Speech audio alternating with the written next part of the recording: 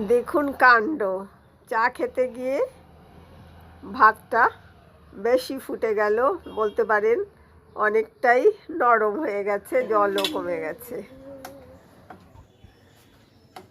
একটু 5 ফোড়ন দিয়ে দিলাম আমি। এটা কি হবে দেখতে থাকুন। ইন্ডাকশনে করছি কিছুটা রান্না, গ্যাসের সমস্যা যদি হয় গ্যাসটা একটু বাঁচিয়েই চলছি।